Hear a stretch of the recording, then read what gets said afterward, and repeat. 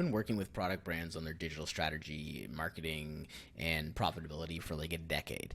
And I'll tell you, there's only 3 ways to make more money and grow a product brand, especially today because of all the costs associated with running a product business right now, from shipping to ads to production. You can get more customers, you can sell at higher prices or increase your average order value, or you could have people buy more often. Now, I am a huge advocate for all of them. However, increasing the average order value and having people buy more often may be better ways to increase revenue and increase margin than getting more customers. I fundamentally believe you do not always need more customers, despite the fact that everyone's so focused on getting new customers. I'm going to explain why and essentially how to do this in this video. So here's your typical funnel. People go through the top, they engage with your Facebook, your webpage, maybe they look at some products, and then ideally they hit the bottom, which is they buy something. They hit that buy now button, they check out, they come into the store, however you set it up. I mostly work with people who have digital online stores, but obviously some people have brick and mortars as well. But that moment where they decide to buy something, that has signaled the end of the traditional funnel for a really long time.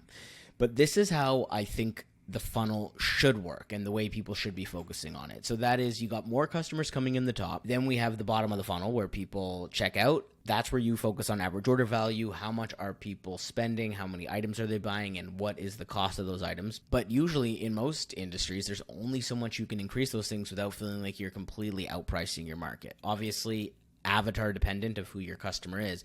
But here's the go around, no matter who your customer is, getting people to go from the bottom of the funnel and loop back into the middle of the funnel and purchase again and again and again is the new game to growth. So let me just tell you some of these stats real quick. It costs 7 times more to acquire a new customer than to retain an old one. 7 times more. One of those reasons being that the cost of ads have never been higher. And if you're running ads, you've probably noticed that. Increasing customer retention by just 5% can boost your profitability by 25 to 95%, and I'm going to tell you why. 65% of a brand's total business will come from existing customers. 65% of your revenue will come from existing customers. This means if you're only relying on first-time buyers, it makes scale very difficult. I mean, this has been Apple's strategy for years and years and years. It is Nike's strategy.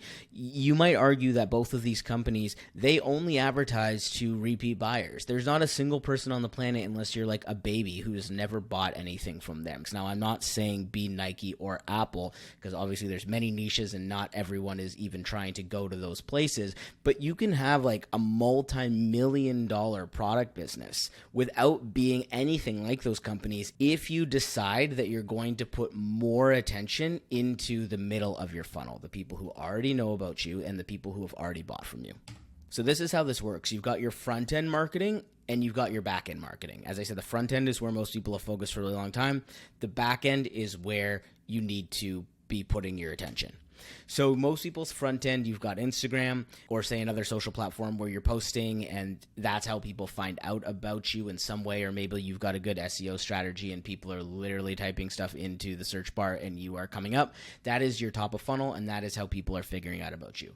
Then you've got your back end funnel. I put an email sign here because I think that email is one of the best ways to do back end marketing. And it's essentially this idea of what are you doing for the middle of the funnel? How are you talking to them?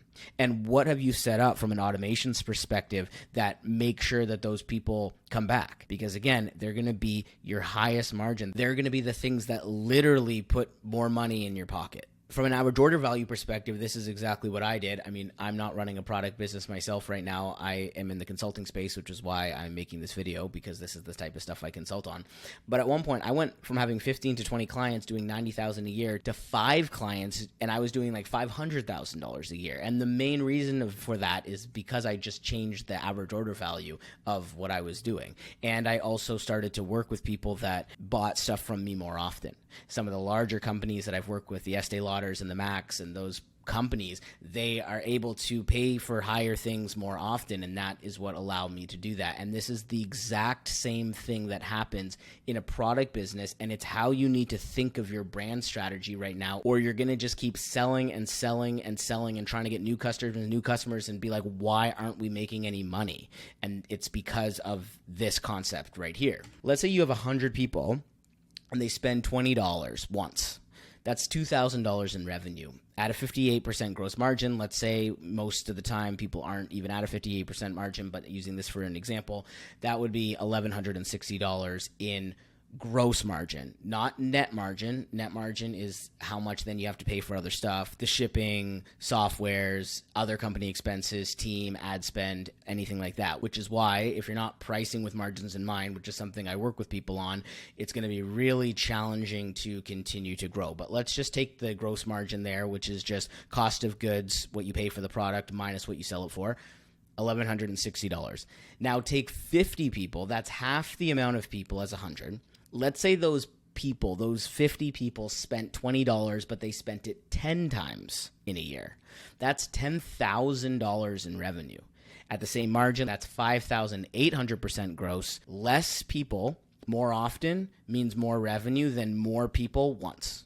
So this is a funnel that I usually go through when I'm working with a product brand, so I'm just going to show it to you. I don't think everyone needs to have it be this elaborate or have this many elements. It depends where you are in your journey, but I just wanted to give it to you as an example because I think it's important to understand. So we've got top of funnel over here. The two suggestions that I usually use for top of funnel is we got your organic and your paid. That then allows people to go to the homepage. Super important on the homepage that you're collecting emails. I would retarget both to the product page and also back to your Instagram, TikTok, any of the platforms that you're running. Inside your retargeting, these are the suggestions that I usually say you should do some UGC, which is user-generated content, maybe some reviews depending on the product that you have, and also some dynamic Facebook and Instagram retargeting. But every brand is slightly different. If I'm working with someone, I want to give them suggestions that truly work for the way that their brand likes to communicate online. Then next step of the funnel is you would go to the cart page. If people do not purchase but they add to cart, you need a fire email follow-up sequence, an add to cart follow-up sequence. Again, very on brand, very in the words that you would use, but this is all automated. Once you write it, it's done. Like, it doesn't have to be written by hand, which is great. This is going to deal with some of your abandoned cart issues because usually there's thousands in abandoned cart if you're looking at your data. Before or after the purchase, there should be an upsell or a downsell. An upsell is when you offer something to someone that's more expensive. A downsell is when you offer something to someone that's less expensive. There's also cross-selling where you offer something to somebody that's kind of an adjacent product. This is going to increase your average order value. So build these digital assets. A social media platform is a must because you can actually take that list and you can run it as retargeting in ads.